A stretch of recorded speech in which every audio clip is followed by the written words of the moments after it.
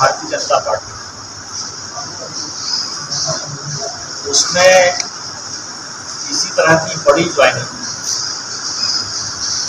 मतलब ये देवघर में प्रेस कॉन्फ्रेंस हो रहा है तो उसका थोड़ा सा असर आप लोगों को कम दिखेगा। गोड्डा क्योंकि आज हम जा नहीं पा रहे थे क्योंकि मेरा हरिनारायण जी के साथ कार्यक्रम, तो इसी तरह की ज्वाइनिंग होती रहेगी, बड़ी ज्वाइनिंग होती रहेगी। और भारतीय जनता पार्टी को दिया ही मौका, झारखंड का चुनाव आज के यहाँ पे जो है कल पूरे प्रदेश में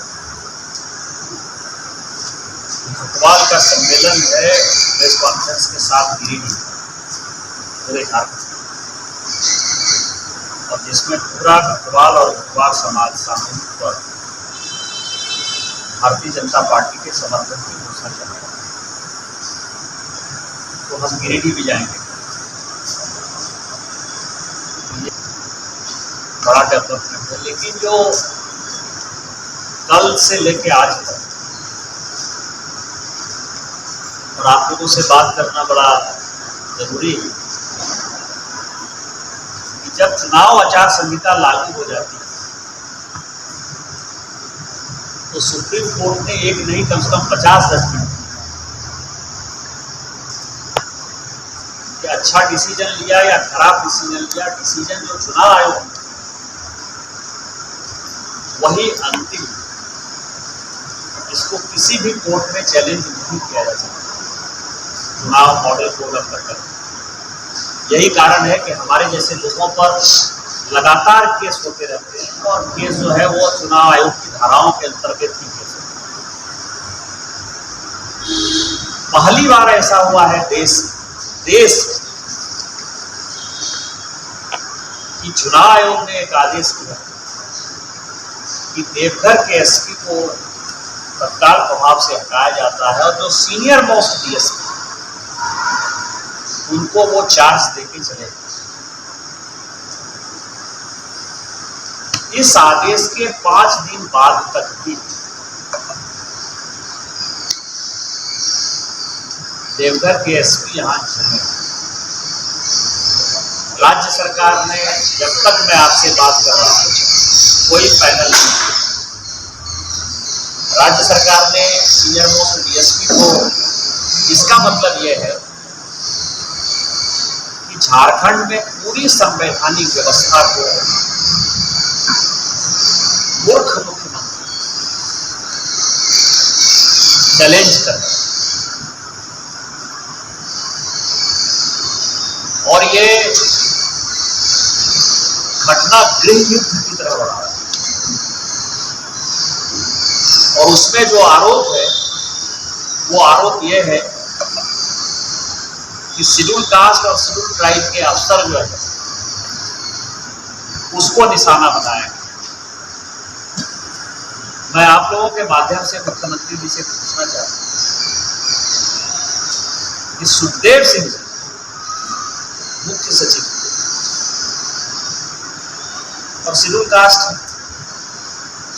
क्योंकि यहाँ के डिस्ट्रिक्ट कलेक्टर रहे हैं तो आप सबको पता है कि वो किस जाति के। सुखदेव सिंह जी को किसने हटाया? क्या वो शेड्यूल कास्ट नहीं? दूसरा उदाहरण, यूपीएससी से यहां जब डीजीपी का सिलेक्शन होता है तो यूनियन पब्लिक सर्विस कमीशन भी अपॉइंट करता है, उसको पैनल दिया जाता है, और पैनल से जो नाम आते हैं 3 नाम, उसके आधार पर आप बनाते हैं। और 2 साल का सुप्रीम कोर्ट के आदेश के बाद है कि कम से कम 2 साल की उनकी पोस्टिंग होती है। अजय कुमार सिंह यूपीएससी से 2 साल की डीजीपी बनाए गए, और पूरी दुनिया जानती है कि अजय कुमार सिंह भी शेड्यूल कास्ट, और शेड्यूल कास्ट को हटा के अनुराग गुप्ता को एक्टिंग डीजीपी बनाना, सुप्रीम कोर्ट के नियम को धक्का बताना, यूपीएससी के नियम को धक्का बताना। तो anti schedule caste schedule tribe Hemant Soren है कि कोई और दूसरा, ये बड़ा सवाल है। और इस कारण से कल दिन हेमंत सोरेन अपने घर में उल्टी सीधी फाइलें जो है, क्योंकि उनको पता है कि 20 तारीख के बाद जब चुनाव हो जाएगा तो 23 तारीख को केवल एक फॉर्मेलिटी है कि भारतीय जनता पार्टी की सरकार है,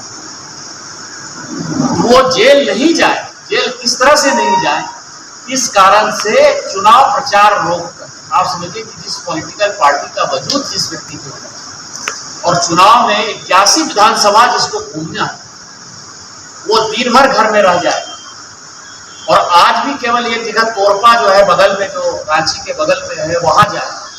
इसका मतलब ये है कि हेमंत सोरेन ने अपनी हार मान ली है। वो केवल 20 दिन का जो एक ग्रेस पीरियड है 23 तारीख का, उसमें अपनी फाइलों को उल्टे सीधे अधिकारियों की पदस्थापना करके या जो पदस्थापित है उनके माध्यम से काम करा के रोकना चाहता है।